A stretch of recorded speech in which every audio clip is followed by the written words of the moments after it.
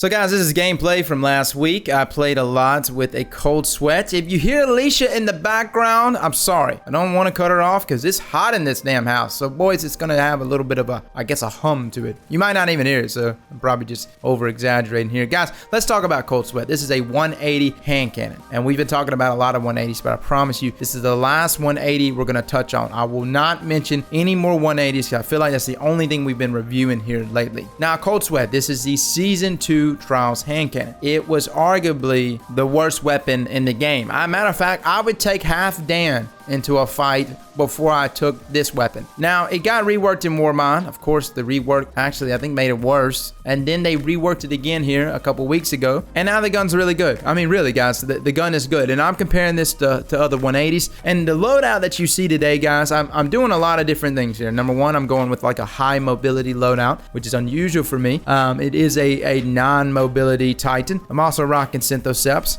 And so, yeah, I'm moving swift. I'm getting, you know, melees from Africa. Like, there's all kinds of crazy stuff that's happening here, and Cold Sweat seems to fit right into that playstyle. Now, the weapon boasts a 44 range stat. That is not good. That is not a lot of range. So yeah, there will be some massive damage fall off. Where it does shine though is the stability is at 71, and the handling for me is at 64. I actually have a handling mod on mod, so it throws it up to 64. Now, granted, this is a energy weapon, so you can throw on an energy handling mod to make this even quicker for you. Now, how does Cold Sweat stack up against something like West of Sunfall? I spoke really good about West of Sunfall last week, and also Service Revolver. A Cold Sweat, I think, can definitely go head to head against those weapons. It's hard to say, man, because again, the things that I outlined that I didn't like about Service Revolver was that its max size was only 9, and look at Cold Sweat, it's at 9. But I am rocking some things differently here on Cold Sweat that seems to alleviate that issue a little bit. It does come with Outlaw, but I'm actually not even rocking Outlaw. I'm rocking Slideways. And if you don't know what Slideways is, it's like Slide Shot, but instead of getting a boost to range and stability, you're actually getting a boost here to handling and stability. Honestly, I would prefer a boost to range and stability, but it's whatever. Slideways is nice though. The stability buff is extremely noticeable. I mean, the gun already has good stability, but when you slide in the heat of the moment, when you don't have time to reload, you just want a couple shots in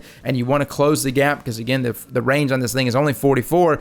You know, sliding to them, getting a couple more shots, pow pow, you're good, man. As far as the trait goes, you've got Grave Robber, which is nice. Again, I'm rocking Synthoceps, so I mean, I'm going to take advantage of that. And Fast Draw is the sight that I'm going with, because the other two just kills your handling and your stability. So is this the 180 for you? I'd say yeah. I really think it's tough, man. I mean, I'm like almost married to West of Sunfall. I've been speaking so good about it now for so long that I feel like I'm cheating on it whenever I play with these other 180s, and especially if I talk good about other 180s too. I think this is a better weapon though than even West of Sunfall. And I know it sounds crazy because West of Sunfall is super consistent, but Cold Sweat felt extremely nice. The aim assist value there is right in line with something like West of Sunfall, only 4 shy of what West has. Now the max size is less, which really sucks, but the handling really makes up for it. And so this is my mindset when it comes to a Cold Sweat. If you absolutely hate